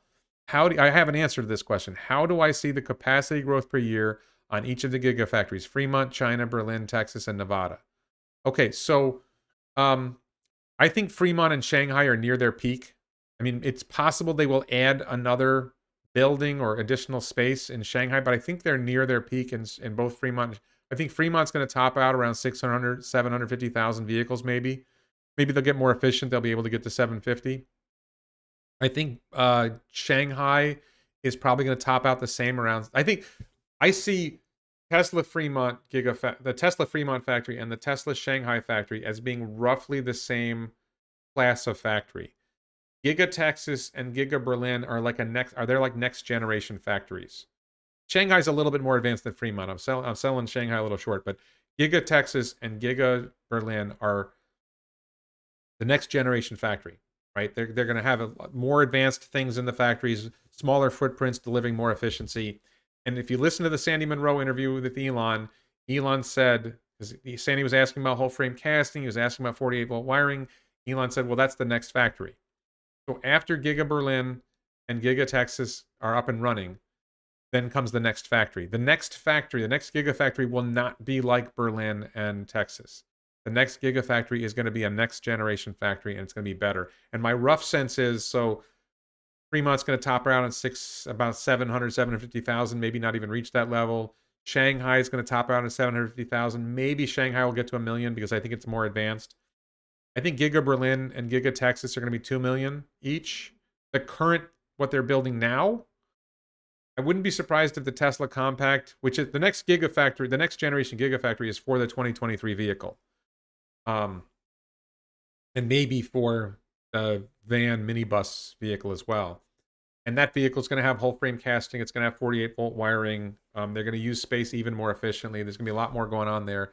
And that factory, I think Texas and Berlin, those format factories are going to be 2 million vehicles a year. And then I think the next generation Gigafactory will be 4 million vehicles a year. 4 million vehicles a year.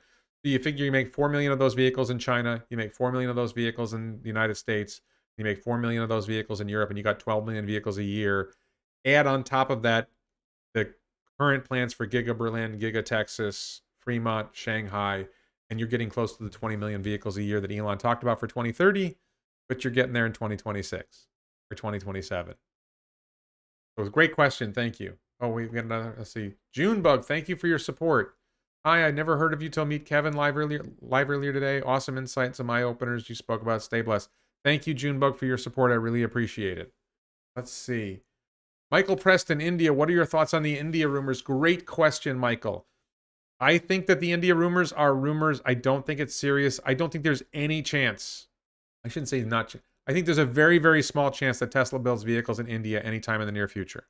Could Tesla build batteries and grid storage in India? Yes, I think that makes sense. Vehicles do not make sense. The Indian car market is... I get arguments with people about this all the time. So let's be clear. There's an awful lot of people in India. There's an awful lot of cars in India. The cars that are most commonly sold in India are tiny cars that cost very little and are not very safe. And they are below Tesla grade. A Tesla vehicle, let's say Tesla's going to make a $25,000 vehicle. Very small number of people in India can afford that. And I know people are like, no, there's lots of rich people. Okay, just look at numbers. It's in the ball. The number I saw, and I can't say for sure this is correct, but the number I saw and it seemed credible was that there are about 10 million households in India with incomes of $30,000 or more a year. Go with me again on that. About 10 million. I think it might be less than this, but it's about 10 million households in India with household incomes of $30,000 or more a year. $30,000 a year is not enough to buy a Tesla. So out of that 10 million, maybe half, maybe there's 5 million people who can conceivably afford a Tesla. They're not buying a car every year. Right? And the next generation of Gigafactory is going to produce 2 million cars a year. Okay, the factory that's going to produce the $25,000 car is going to produce 2 million. Maybe it's going to produce 4 million cars a year. I should say it's going to produce. So you have to have a market for 4 million cars, and that's China, that's the United States, and that's Europe, and maybe Japan has a big enough market. Japan is the 4th largest car market in the world after China, the U.S., Europe. I'm not sure whether the U.S. is bigger or smaller than Europe, but those are the 4 biggest markets. Japan is the 4th. I'm not even sure Japan has enough of a market for a gigafactory like that. And India definitely does not have the market for it. So, let's see. Do I think the U.S. government will have an issue with Tesla? And would they ever break them up? I think that is the greatest threat to Tesla is government intervention, whether it's the U.S. or China or somewhere else. I think that it may be smart for Tesla to spin off segments of the business like Tesla Europe, Tesla China, Tesla US. The Robotaxi network spins off as a separate business. Energy spins off as a separate business. If you spin these things off, then it may be harder for the governments to argue that this company's too big. Even though Elon still owns a controlling share of all of them. I could see that happening as a defense. What caused the chip shortage? I don't know enough about the chip shortages. I don't think the chip shortage is a problem for Tesla from everything I've seen.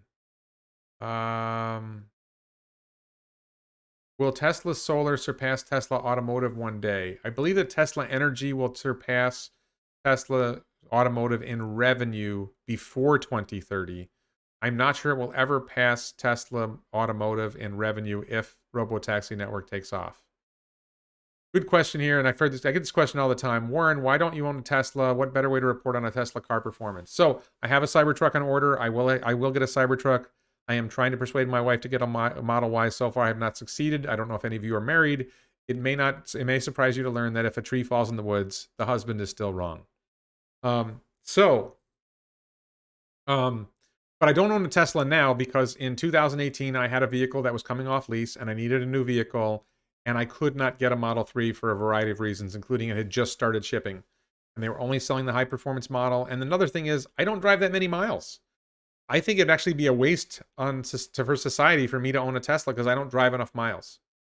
You really want somebody who's driving 20, 25, 30,000 miles a year to have a Tesla because you're replacing an ICE vehicle that will be driving 20 or 30,000 miles a year. But with that said, I am so stoked about Cybertruck and I would probably, if I wasn't stoked about Cybertruck, I would have had a Model Y by now. But I'm so stoked about Cybertruck that I will be buying a Cybertruck and maybe I'll talk my wife into a Model Y after Giga Texas opens. Maybe. We'll see. I get that question every week. Let's see. Elon should talk to Boris Johnson. There's a tunnel proposal from, was it from Ireland to Scotland or something? That would be a really cool thing for our boring company to do. Let's see. $50,000 for my Tacoma. If Cybertruck was out, I would have gotten it. Yeah, exactly. Well, so this is one of the things when people talk about the Osborne effect and people are waiting for the next Tesla. Somebody's got a vehicle coming off lease or somebody needs a new car. They need a new car. They can't, not everyone can wait for the next car.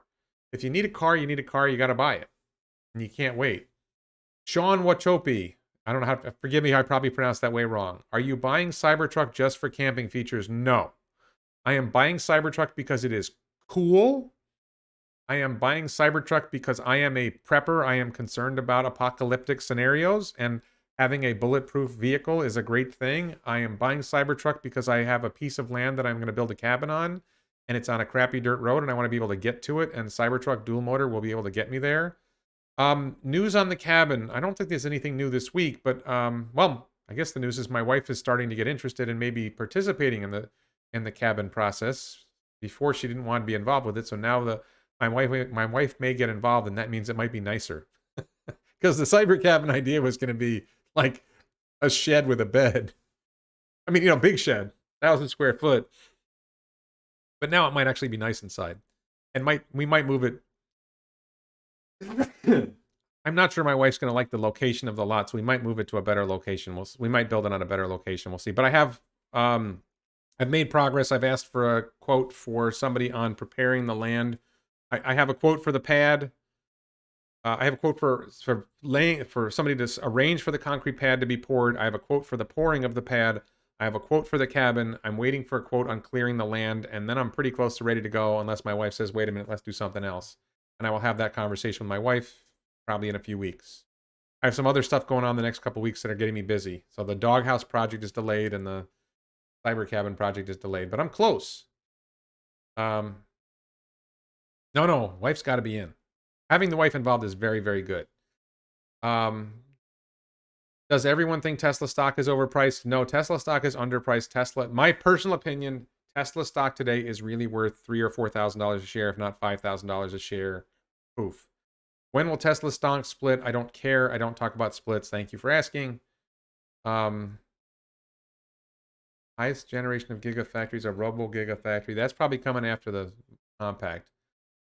Have I seen the Skoda Enyaq EV? No, I have not seen the Skoda EV. Do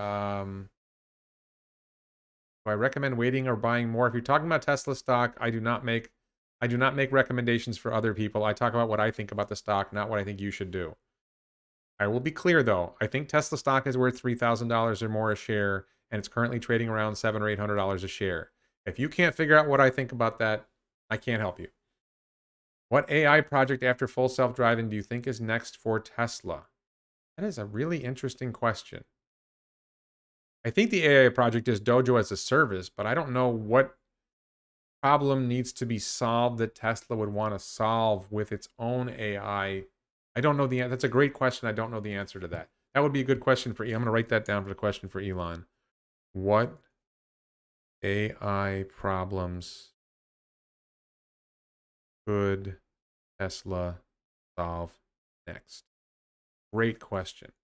Joel Sapp, here's the link for, okay, Joel, please put that link in the comment, in a comment on the video rather than in the chat. I will not be able to see the chat. The chat link may be there, but I will probably not see the chat again. So please post that as a comment on the video. It won't appear when you post it because YouTube holds those comments for review, but I check all the reviewed comments. So I will see it if you put it in a YouTube comment. Thank you. The rant about Lucid. I've ranted about Lucid plenty. Anybody wants to know what I think of Lucid, check my channel. I've got a lot of videos about what I think about Lucid. How do I feel about Tesla's Bitcoin position? I assume you didn't buy Tesla to hold Bitcoin. So I didn't buy Tesla to hold cash either. Tesla has $20 billion sitting in cash. They put $1.5 billion of it in Bitcoin instead of cash. So far, they made $1 billion on that. Seems like a pretty good move to me. I don't, did you buy, Justin, did you buy Tesla to hold $20 billion in cash? What's the advantage of holding cash over Bitcoin? AI applied to health sciences like Google AlphaFold. Yeah, I think there's a lot of potential. I'm just not sure what that would be. Can anyone suggest what the Tesla Watch acquisition is all about? I don't know what that is. I haven't heard about that at all. Why aren't the massive roofs on Gigafactory's solar roof? Great question, Eric, and thank you for being a channel member. I believe the answer to that question is that they are putting solar panels on the roofs, and it just takes time, and they have other places to put solar panels first, like on people on residential homes. I think there's probably a choice there. I don't know. I believe that they are putting solar panels on Gigafactory roofs. I just don't know how long it takes to get them out there. What design is your cabin roof? The cabin is going to be, at least for now, it's going to be a steel building with a 5/12 roof slope. The original roof slope was really flat, and I wanted more of a slope. Even though Florida, the sun's pretty high in the sky, I wanted more of a slope to make it more optimal for solar. So it's a basic standard steel building.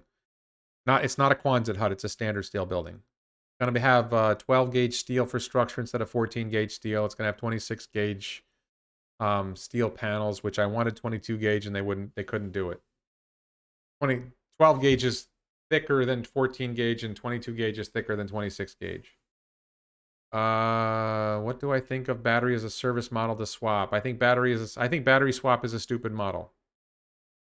I have a video about that. Check my channel. And the short answer to the battery swap idea, and I said this on Meet Kevin, is what is the cost of a battery swap station that NIO in China is doing battery swap stations. So how much does it cost to build a battery swap station, and how many superchargers could you deploy for the same price as the battery swap station?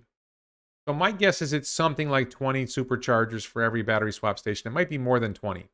So even if the swap station replaces the battery in 1/5 the time that the supercharger takes to charge the battery, you got 20 superchargers versus one station. So your throughput for the supercharger station is 4 times the throughput of the battery swap station. And the battery swap station means you need to have a lot of extra batteries on hand. That means batteries that aren't in vehicles. There's a battery shortage. Having them sitting there in a swap station is an unwise use of batteries.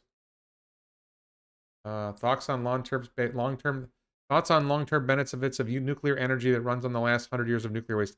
I don't know enough about nuclear energy. I generally think it's a good idea if it's done right, and I'm not sure if anybody knows how to do it right yet. There was this idea for something called pebble bed reactors, which sounded really good to me. I looked at that many years ago.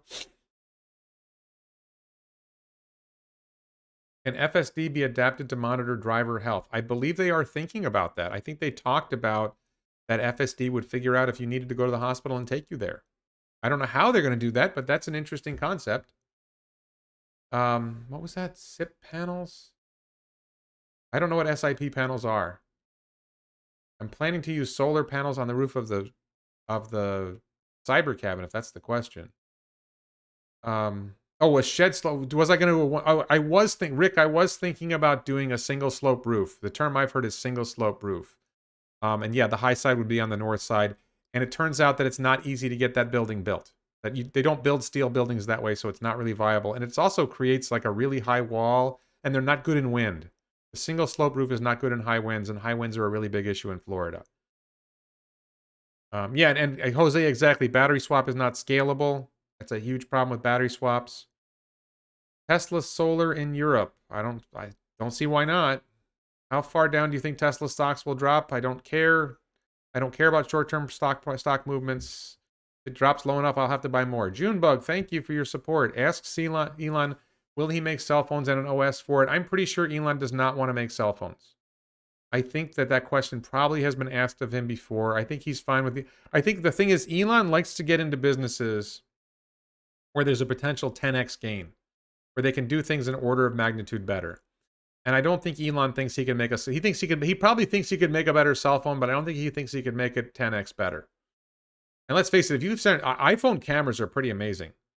Their voice recognition and handwriting recognition and, autocorrect needs some work, but their cameras are amazing.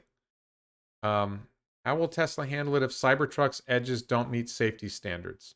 So, Eric, I appreciate your support for the channel. I think it's pretty obvious that they're confident that the Cybertruck will meet safety standards, and we don't need to worry about that.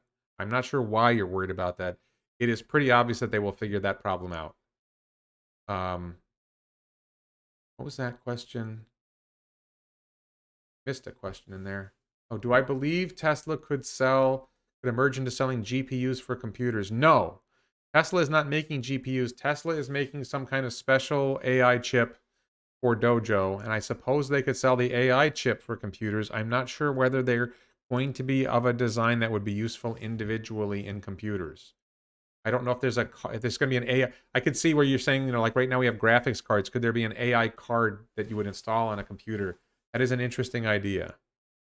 David Wong, NIO will take over with the battery swap is much faster, 3 minutes in and out. David Wong, I have a question for you. I would love to see your comment on this.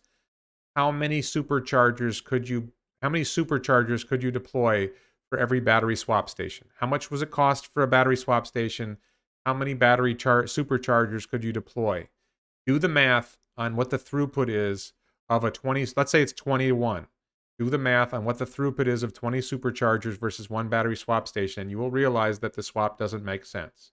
Also, you're wasting batteries sitting in a swap station that could be in a car. So please, David, think about that. Solar, yeah, Mark Potocnik. Solar is cheaper than nuclear, and you can avoid the expensive grid with solar. So, I think that there are designs for nuclear that could be low cost, but I haven't seen one yet. It's kind of like nuclear fusion is always 10 years away. 10 years from now, it'll still be 10 years away. Is Elon talking for Voyager space station and SpaceX collaboration? I haven't heard about Voyager space station in the first place. I don't know how to answer that. John Zeraldo asks, are you buying any ARK ETF? I own ARKK. I have a relatively small investment in ARK. Do I see SpaceX as an IPO? I think Starlink will IPO in 3 to 5 years, as a guess. And it will be very valuable, and if it's priced right, I'm going to buy a lot of it. Cybertruck could be designed for a squashable nose to a core. Yeah, I don't think the crash problem with Cybertruck is meaningful. They'll figure that out. That's not going to be hard to do. I mean, look, think about the DeLorean. The DeLorean met crash standards. That was a stainless steel car.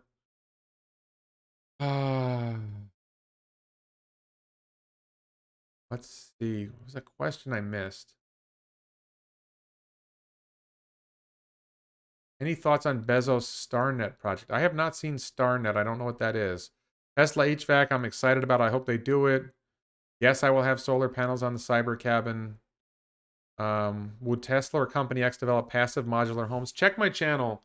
I have a video talking about whether Tesla would build homes. I think Tesla should build homes. It was something I talked about earlier in the video. I would love to see Tesla build homes. Okay, so I'm not seeing any more questions. And I have been going now for 4 hours straight, including the Meet Kevin interview. And I think I have something in 2 hours. So I am going to have to call it a day. I want to thank everyone for watching. I want to thank the Vasa Law Firm. I want to thank the Vasa Law Firm and all my Patreon supporters for helping this channel grow, and inspiring me, and everything else.